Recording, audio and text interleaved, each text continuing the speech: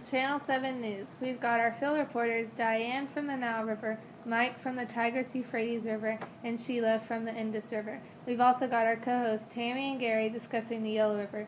Stay tuned for Channel 7's live report on River Valley civilizations. Tired of your friends asking if they can have a sip of your favorite soda? Well, we have a solution for you. Introducing the cup cover. Now, nobody will want a drink because it's just a solo cup. Call now because it's a limited offer. Buy one, get one free.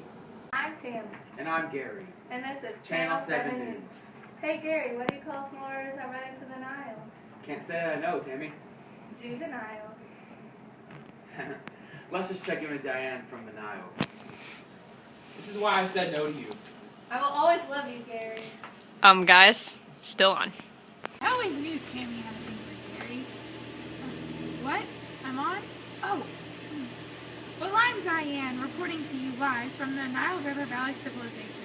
This civilization started at the northernmost peak of the Nile River at the time of the Neolithic Revolution.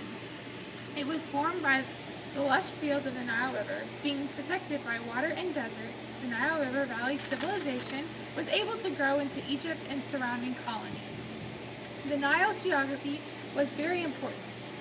The Nile would flood every year between July and November, which provided a new, rich soil for the Egyptians and washed away waste. The people of the Nile River Valley depended a lot on farming. This agriculture was essential for survival, growth, and its economic success. The seas around the civilization served as a barrier against war and disease. How brutally convenient, Diane. I'm glad you're safe. Let's check with Mike on his safari to the Euphrates Tigris River Valley civilization. This is the worst safari ever. Tell me about a misleading name. There are no tigers in sight. This is a sorry excuse for a Tigris River.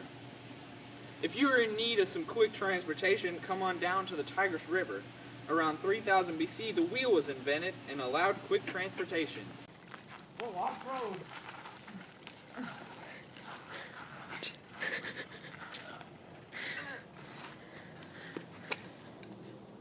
Percent of the people here in Mesopotamia are farmers due to all this rich soil. If you need some exercise, come to the temple called a ziggurat and climb these gigantic steps. Women slaves weave clothes and grind grains around here also. If you live here and you don't worship the god Dinger, you will get attacked. These people down here are very good with this strange new writing system. Floods are good for irrigation. Wasn't that tragic? I trade spots with Mike any day. That is for the historical insight. I wonder where the Indus River is. Probably Africa. Gary, you're so smart.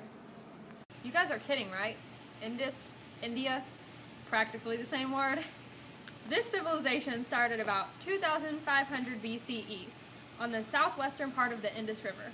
That area is now India, Pakistan, Bangladesh, Nepal, Sri Lanka, and Bhutan. They were very dependent on the land, which produced wheat, barley, rye, peas, cotton, and rice.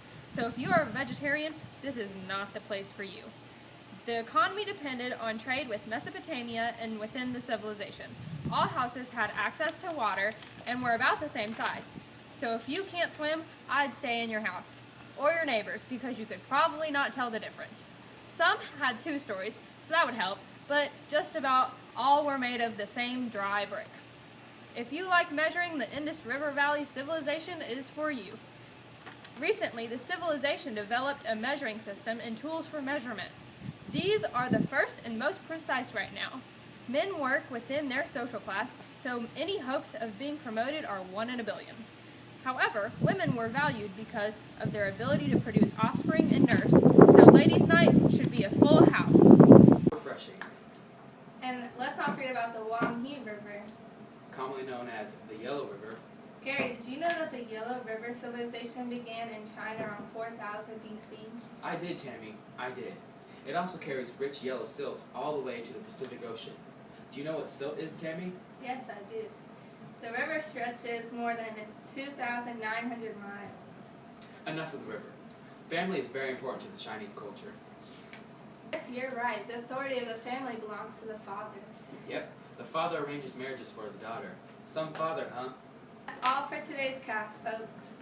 With half of our field reporters injured and my in-progress restraining order against my co-host, if I were you, I wouldn't wait up on the next report.